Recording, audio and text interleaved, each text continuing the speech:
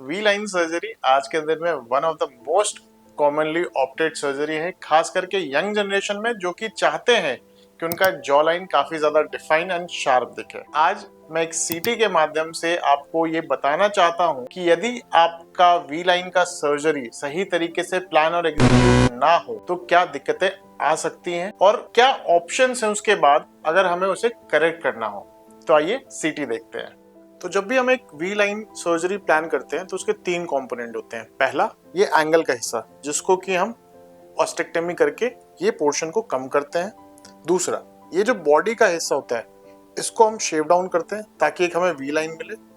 और साथ में जो चिन का एरिया होता है इसमें हम सेंट्रल स्ट्रिप रिमूव करके इसको कोलैप्स करते हैं ताकि throughout the jaw line we get a sharp defined jaw line with a V line profile.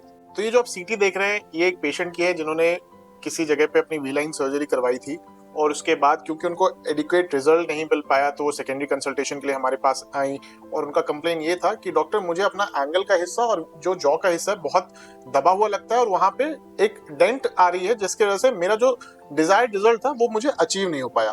तो हमने उनके एक फ्रेश सीटी स्कैन के लिए उनको बताया और उन्होंने जब हमें सीटी स्कैन शेयर किया तो आई वाज सरप्राइज टू सी कि सर्जरी में क्या दिक्कत हुई है। तो अगर आप सीटी स्कैन पे ये 3D व्यू देख पा रहे हैं तो आपको पता चलेगा कि ये जो एंगल का हिस्सा है ये ओवर रिसेक्टेड है। आइडियली इनकी एंगल कुछ इस तरीके की रही होगी और जो प्लानिंग हुई और जो एग्जीक्यूशन हुआ हो सकता है कि गलत इंस्ट्रूमेंटेशन के वजह से या सही एक्सेस ना मिलने की वजह से ये हमारा इशू इन पेशेंट में डेवलप हुआ होगा।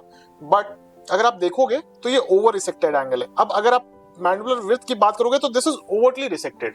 यहाँ पे बोन काफी कम मात्रा में बचा। ऐसे केसेस में क्या है कि डाउन द लाइन यदि किसी प्रकार का ट्रॉमा होता है तो मैंडिबुलर फ्रैक्चर होने का रिस्क बढ़ जाता है। साथ में जो सॉफ्ट टिश्यू है वो भी यहाँ पे एक डिंपल फॉर्म कर रहा है क्योंकि जो सॉफ्ट टिश्यू की अटैचमेंट है वो अंदर की तरफ हो गई है। अगर मैं दूसरी साइड की बात करूं तो दूसरे साइड पे भी सेम कंडीशन है।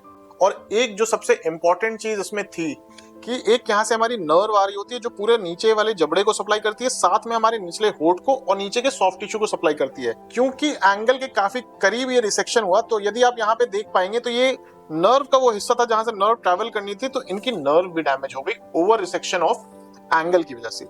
अब ऐसे केस में क्या होता है, जब भी हमारा नर्व डैमेज होता है तो हमें परमानेंट पैरेस्थीसिया या complete numbness of that part which is supplied by that particular nerve can happen।